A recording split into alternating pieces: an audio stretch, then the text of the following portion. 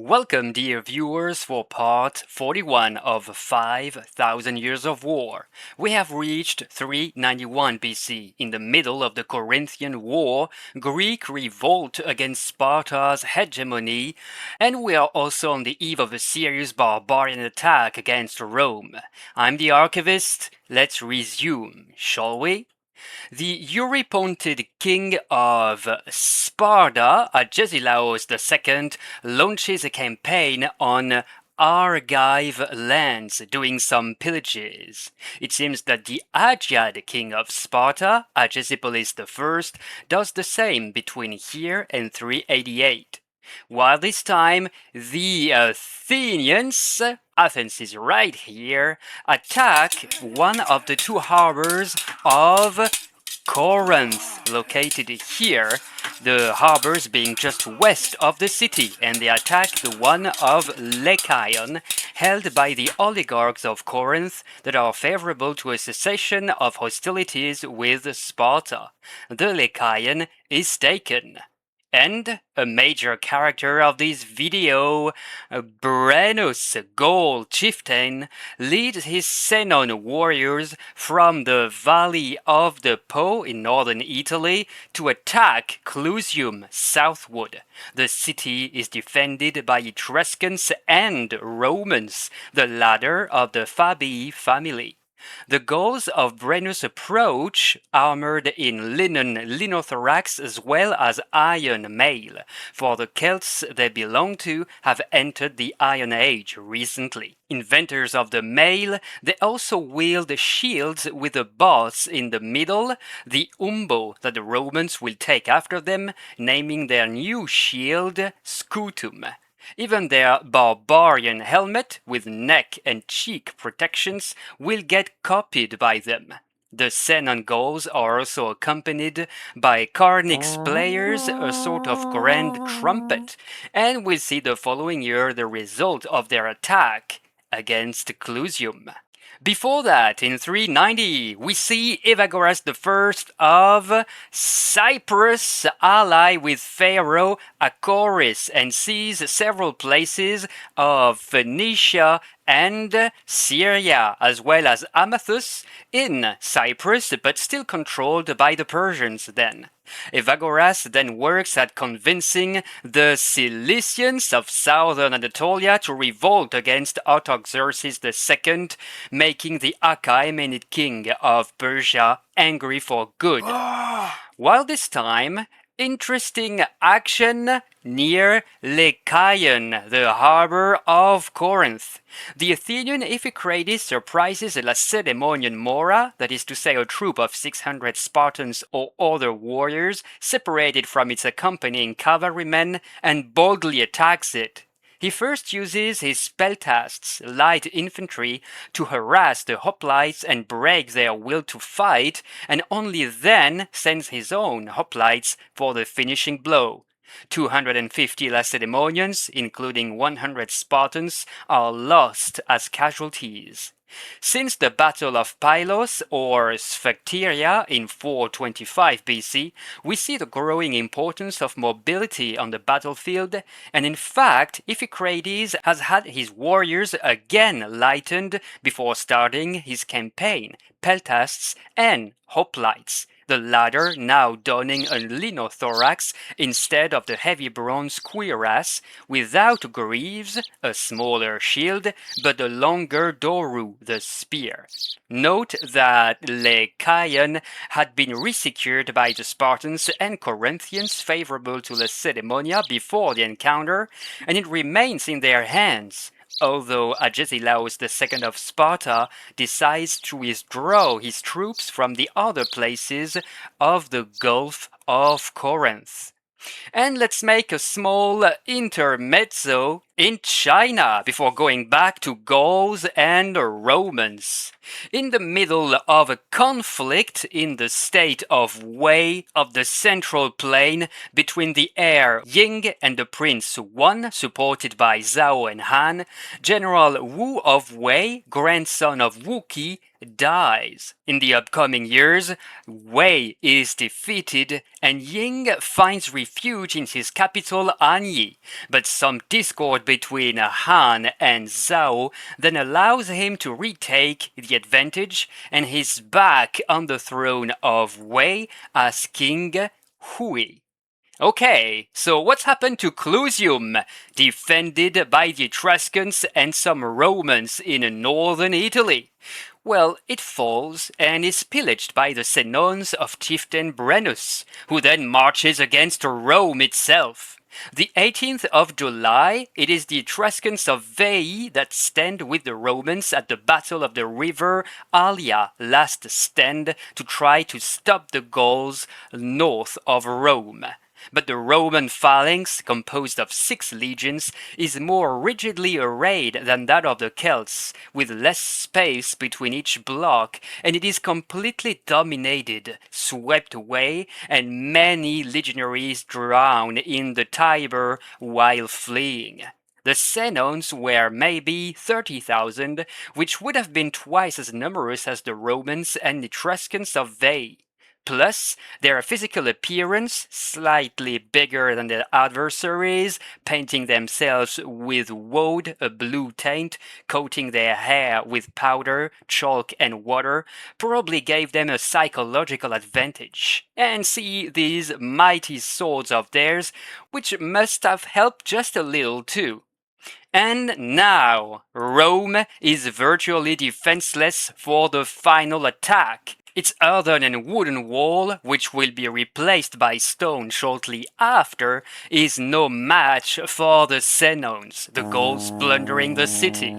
Only the hill of the Capitolium resists 7 months long, sacred geese guarding it, squawking the alarm when the barbarians try to infiltrate it.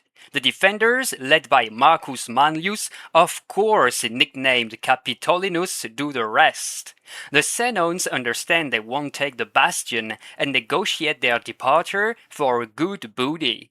And when the Romans complain that the price is too high, Brennus himself adds to the weight the Romans have to match in gold on a balance by throwing his sword on the scale, simply declaring, "Vae victis," woe to the vanquished. And so, possibly, facts are uncertain, the Roman Camillus, that had been exiled after his victories of a few years ago because of his growing power, comes back and, at the head of an army, and still possibly kicks Brennus and his Gauls out of central Italy for good at the Battle of Ardea, just southwest of Rome, and some part of the war booty of the Senons would have been retaken. And the following year, the peoples of the Hernici, Volsci, Aequi, and the Praenesti from the city of Praenesti joined the Etruscans to try and submit Rome, taking advantage of its weakening after the passage of the Senons. But Rome's legionnaires are in the process of being reformed to gain in efficiency. Their gear is to be lightened, mail is to be adopted, and they are to become real professional soldiers. Sutrium or Sutri and Nepete or Nepi, minor places recently taken from the Etruscans by the Romans, will be attacked on several occasions by the coalition during this conflict, but, notably thanks to Camillus, made dictator of Rome, the Romans will keep their control. This year is also possibly that of Severus I of the Cimmerian Bosporus's death. His son, Leucon I, ruling until 348 on the historic Chersonesus, nowadays Crimea, and some surrounding lands, will see several new cities strengthening his kingdom. 388 BC. With the help of a flotilla landed by Athens and led by Chabrias, Evagoras I of Salamis takes Kition on the southeastern coast of Cyprus from the Persians. It's Larnaca today. He now controls almost all of the island. Kition and Salamis had been enemies for quite some time. Seeing as how Athens is supporting Evagoras, the Persians decided to offer funds to Sparta, Athens is really continuing its reinforcement, regaining influence over places like Thasos, Chalcedon, Byzantium, Lesbos, or even Thracian Chersonese, notably thanks to Thrasybulus. But the man is killed by the inhabitants of Aspendos in Pamphylia in a night attack of his camp, a retaliation for his plundering of Aspendos's surroundings. On his side, Agesilas II of Sparta is reinforcing since last year, making alliance with Achaeans and in Acarnania. Finally, for this year, Dionysius, tyrant of Syracuse, takes Hipponium, here, Greek colony of southern Italy, destroying it. Still in conflict with Carthage too, Dionysius also sends a score of ships to support Sparta in the Corinthian War. A fair trade, as he had recruited 1,000 Lacedaemonian mercenaries in 397 BC. He also employs Celtic ones. 387. Leaving from Aegina, island close to Athens, 12 Lacedaemonian triremes, commanded by Teleucius, make a lucrative raid on the Piraeus, port of Athens. Beautiful Athenian funerary stele here. Oh, and some sources mention a pillaging of Rome by Gauls this year too, but it seems highly unlikely that two raids would have occurred, 390 and here. Over to the following year already, an important one. Quickly, Camillus the Roman takes Satricum from the Etruscans, and Dionysius of Syracuse the Elder, still fighting Carthage in Sicily, also takes control of Rhegium in southern Italy, at the very tip of southern Italy, after an 11 months long siege. Now, for the Corinthian War. Antiquitas, Spartan admiral leading 80 ships and helped by Artaxerxes II, Persian king, scores several victories in the Hellespont and expels the Athenians from the Aegean Sea. He thus deprives them from the grain of the Pontus and forces them to negotiate for peace. This king's peace after the Persian king or of Antiquitas is in fact signed between Sparta and Persia, leaving the Persians to rule in western Anatolia but otherwise being favorable to Lacedaemonia. The city of the Spartans is victorious in the Corinthian War started in 395 as Thebes renounces to its Boeotian League, dissolved once again, and Agesilaus II of Sparta obtains that an Argive garrison stationed at Corinth leaves the place. Sparta is back on top of Greece. In 385, Roman dictator Aulus Cornelius Cossus gets a victory over the Ladins Volsci and Erniki, while Alcetas, king of the Aeacid dynasty of Epirus, is overthrown in the midst of a civil war. Helped by Illyrians from north of Epirus, he manages to flee in Sicily, where Dionysius the Elder welcomes him and goes as far as to send 2,000 men and material to help the Illyrians fight Alcetas' opponents. In the upcoming years, the Illyrians of Bardilis I will invade Epirus, score a victory in open battle, and Alcetas I will be able to come back. True, needing to ask some help from Sparta because of Bardilis finally thinking he'd like to keep Epirus. The problem solved, Alcetas will rule until 370, or close as makes no matter. Then, talking about Sparta. Mantinea refusing to dismantle its walls, the Lacedaemonians march against it. Agesipolis I, the Agiad, besieges the Peloponnesian city, takes it, and razes it to the ground. To pass the walls, he's been forced to divert the course of the river Ophis to weaken the ground under them. Phleonton exiles favorable to Sparta are reinstalled in place of the banished Mantineans.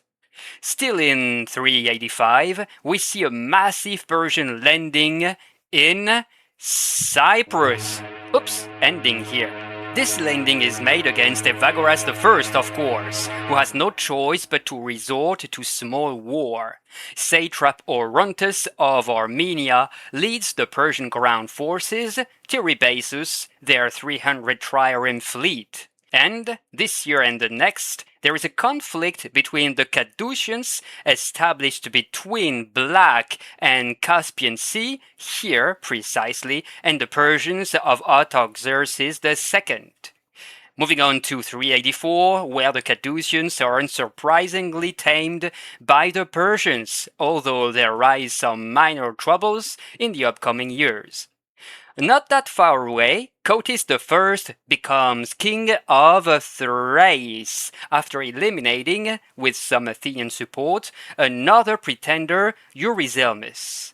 And way southwest of this, the Etruscan sanctuary of Pyrgi in Tuscany today is sacked by the Syracusans. 376 is also proposed, and look at that magnificent basket handle by the Etruscans. We can quickly conclude this video with, in 383 BC, a poorly known Roman campaign against the Latin city of Praenesta, and the difficulties of Amyntas III of Macedon in his war against the Chalcidian League.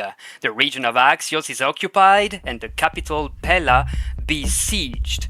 Apparently, the Macedonian infantry especially is really struggling in this war.